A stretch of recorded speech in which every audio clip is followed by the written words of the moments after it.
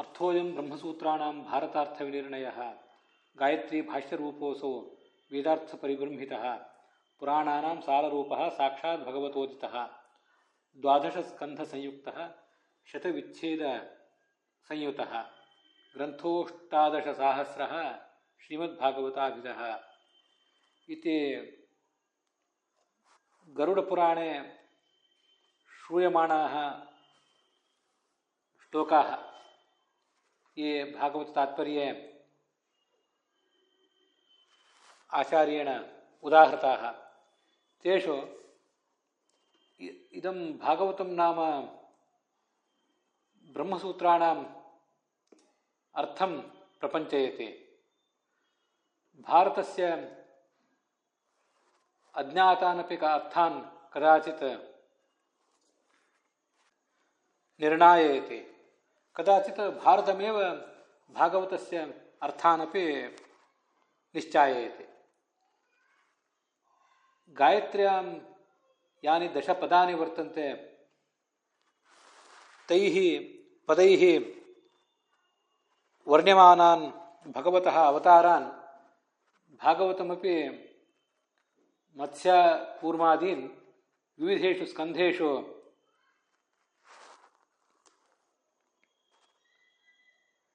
निगदते। अपि च गायत्री मंत्रे वर्तमानानि यानि पदानि तत् सवितुर्वरेण्यम् इत्यादीनि तेषां समानार्थकानि पदानि अपि भागवतस्य आद्यपद्ये जन्माद्यस्येतः इति श्लोके वर्तन्ते। यथा गते दिवसे श्रुतमेतत् भर्गः इत्यस्य अर्थं धाम्ना स्वेन निरस्तकुहकम् इति वदति। तत् इत्यस्य अर्थं सत्यमिति पदं स्वराट् इति पदं च वर्णयतः। सविता इति पदं तु भगवान् सृष्टिकर्ता इति वदति इति प्रसिद्धमेव। तस्य अर्थं तु यतः अस्मात् परमात्मनः अस्य जगतः सृष्ट्यादिकं भवति इति भागवतं वर्णयते। धीमहि इति गायत्री मंत्रे वर्तते। तदेव च पदं यथारूपं भागवतेपि वर्तते। भागवतमपि वेदसदृशम् इत्येतत् सूचयति भागवतकारः अनेन पदप्रयोगेन। अपि च पुराणानां साररूपोऽयं साक्षात् भगवता उदितः द्वादश स्कंध संयुक्तः। ಭಾಗವತ ಗ್ರಂಥ 12 ಸ್ಕಂಧಗಳಿಂದ ಕೂಡಿದೆ, 100 ವಿಚ್ಛೇದಗಳಿಂದ ಕೂಡಿದೆ, 18,000 ಶ್ಲೋಕಗಳಿವೆ. 100 ವಿಚ್ಛೇದ ಅಂದರೆ ಏನು ಅಂತ ಈಗ ಮುಂದೆ ನೋಡೋಣ. ವಿಚ್ಛೇದ ಅನ್ನೋ ಶಬ್ದಕ್ಕೆ ಭಾಗವತ ತಾತ್ಪರ್ಯಕ್ಕೆ ವ್ಯಾಖ್ಯಾನ ಮಾಡಿರುವ ದೀಪಿಕಾ ಅನ್ನುವ ವ್ಯಾಖ್ಯಾನದ ಪ್ರಕಾರ ಈ ಶೌನಕರು ಮತ್ತು ಸೂತರು ಪರಸ್ಪರ ಏನು ಪ್ರಶ್ನ ಪ್ರತಿವಚನ ಮಾಡ್ತಾರೆ. ಶೌನಕರು ಪ್ರಶ್ನೆ ಕೇಳ್ತಾರೆ, ಸೂತರು ಅದಕ್ಕೆ ಉತ್ತರ ಕೊಡ್ತಾರೆ. ಹೀಗೆ ಕಥಾಮಾರಭ್ಯ ಪರಿಸಮಾಪ್ಯ. ಒಂದು ಕಡೆ ಹೀಗೆ ಸೂತ ಶೌನಕರ ಪ್ರಶ್ನದ ಮೂಲಕ ಉತ್ತರದ ಮೂಲಕ ಕಥೆ ಪ್ರಾರಂಭ ಕಂಡಿರ್ತದೆ.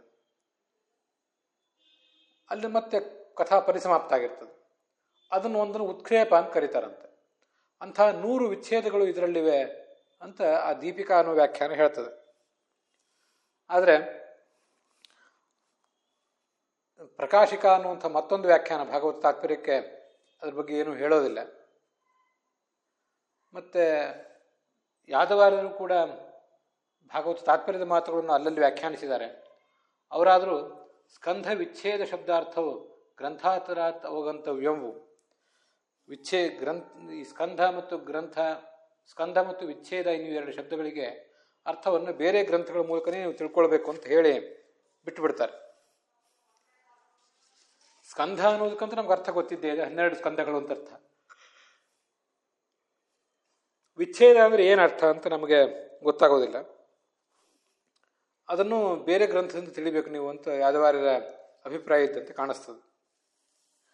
ಅದರ ಬಗ್ಗೆ ಗೋವಿಂದಾಚಾರ್ಯರು ಹೀಗೆ ವಿಮರ್ಶಿಸಿದ್ದಾರೆ. ಸೂತ ಶೌನಕ ಸಂವಾದದ ಸಮಾಹಾರ, ಒಂದು ಗುಂಪು, ಒಂದು ಸಮುದಾಯ, ಅದನ್ನು ವಿಚ್ಛೇದ ಅಂತ ಹೇಳ್ತಾರೆ. ಶೌನಕರು ಮಾಡಿರುವಂಥ ಒಂದು ಪ್ರಶ್ನೆ, ಅದಕ್ಕೆ ಸೂತರು ಉತ್ತರ ಕೊಟ್ಟಿರ್ತಾರೆ, ಅದನ್ನು ಒಂದು ವಿಚ್ಛೇದ ಅಂತ ಕರೀತಾರೆ. ಮತ್ತೊಮ್ಮೆ ಶೌನಕರು ಮತ್ತೊಂದು ಪ್ರಶ್ನೆ ಮಾಡ್ತಾರೆ, ಮತ್ತೆ ಅದಕ್ಕೆ ಸೂತರು ಉತ್ತರ ಕೊಡ್ತಾರೆ. ಹೀಗೆ ಮಾಡಿದಾಗ ಒಟ್ಟು 100 ವಿಚ್ಛೇದಗಳು ಇದರಲ್ಲಿದೆ ಅಂತ ಕೆಲವರು ವ್ಯಾಖ್ಯಾನ ಮಾಡ್ತಾರೆ. ಆದರೆ ಅದ್ರ ಬಗ್ಗೆನೂ ಕೂಡ ಆಲೋಚನೆ ಮಾಡಬೇಕಾಗಿದೆ. ಸೂತ ಶೌನಕರ ನಡುವಿನ ಸಂವಾದ ಅನ್ನೋದು 100 ವಿಚ್ಛೇದಗಳು ಅಂತ ಏನು ಹೇಳ್ತಾರೆ, ಅದು ಈ ಭಾಗವತದಲ್ಲಿ ಕಾಣಿಸ್ತಾ ಇಲ್ಲ ಅಂತ. 100 ವಿಚ್ಛೇದಗಳು ಇಲ್ಲ ಅಂತ ಗೋವಿಂದಾಚಾರ್ಯರು ಅದನ್ನು ವರ್ಣನೆ ಮಾಡ್ತಾರೆ.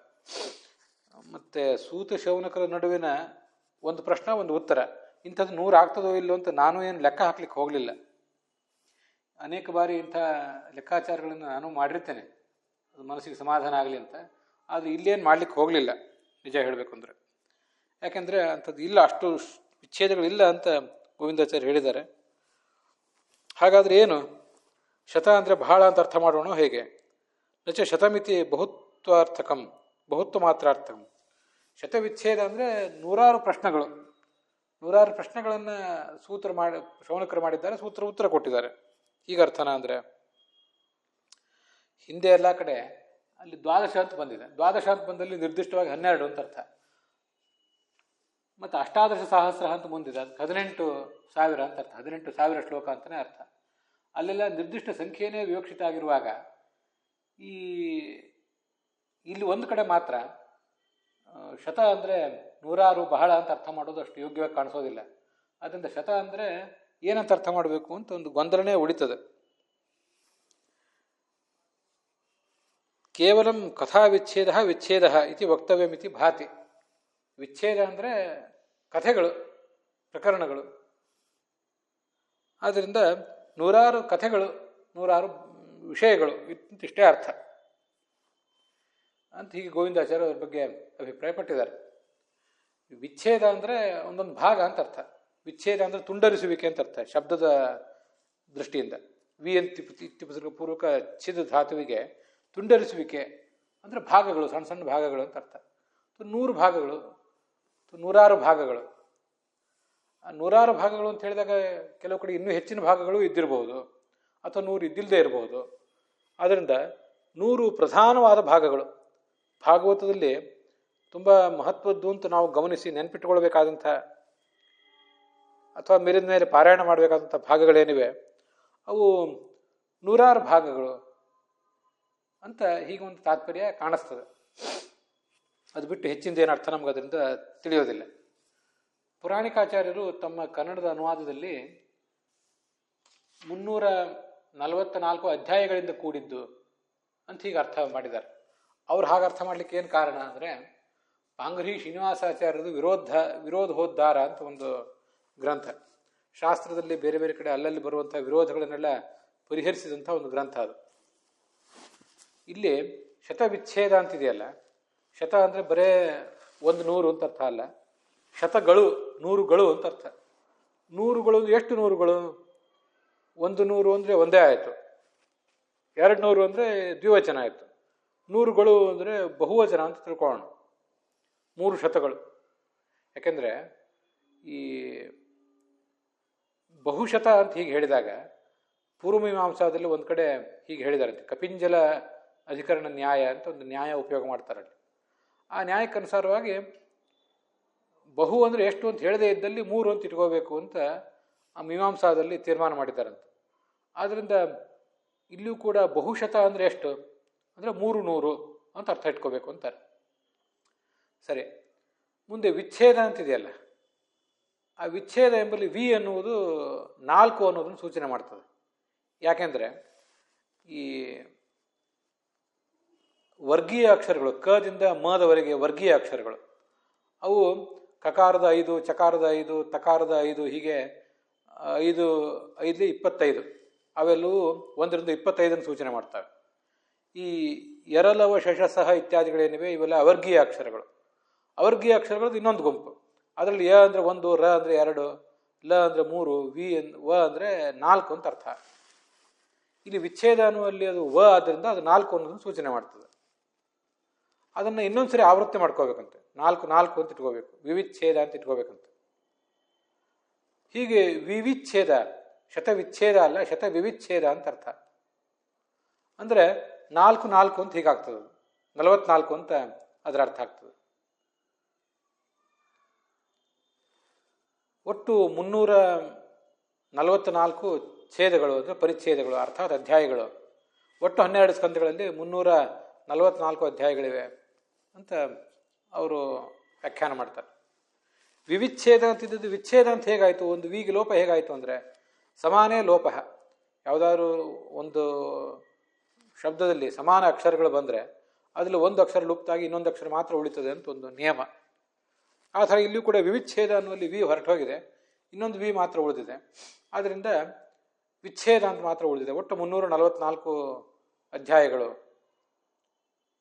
ಇದರಿಂದ ಕೂಡಿದ್ದು ಈ ಭಾಗವತ ಅಂತ ಇದೊಂದು ತಾಮ್ರಪರ್ಣಿ ಪಾಂಗ್ರಿ ಶ್ರೀನಿವಾಸಾಚಾರ್ಯರ ವ್ಯಾಖ್ಯಾನ. ಅದಕ್ಕನುಸಾರವಾಗಿ ಪುರಾಣಿಕಾಚಾರ್ಯರು ತಮ್ಮ ಕನ್ನಡದ ಅನುವಾದದಲ್ಲಿ ತಿಳಿಸಿದ್ದು. ಇದರ ಕುರಿತಾಗಿ ನನ್ನ ಅಭಿಪ್ರಾಯ ಏನೂ ಇಲ್ಲ. ನಾನು ಇದ್ರ ಬಗ್ಗೆ ಹೆಚ್ಚಿಂದೇನು ಹೇಳಲಿಕ್ಕೆ ಅಪೇಕ್ಷೆ ಪಡೋದಿಲ್ಲ.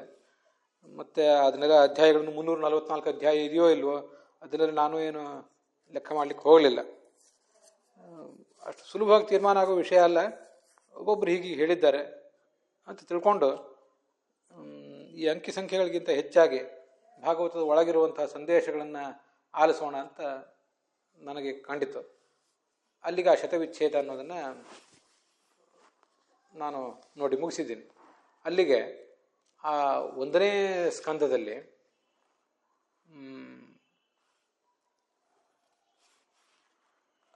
1ನೇ ಸ್ಕಂದದ 1ನೇ ಅಧ್ಯಾಯದ 1ನೇ ಶ್ಲೋಕಕ್ಕೆ ಸಂಬಂಧಪಟ್ಟಂತೆ ಆಚಾರ್ಯರು ಭಾಗವತ ತಾತ್ಪರ್ಯ ಏನು ಮಾಡಿದ್ದಾರೆ, ಅದರಲ್ಲಿ ತಂತ್ರ ಭಾಗವತ ಶ್ಲೋಕ ಒಂದಿಷ್ಟು ಹೇಳಿದ್ದಾರೆ.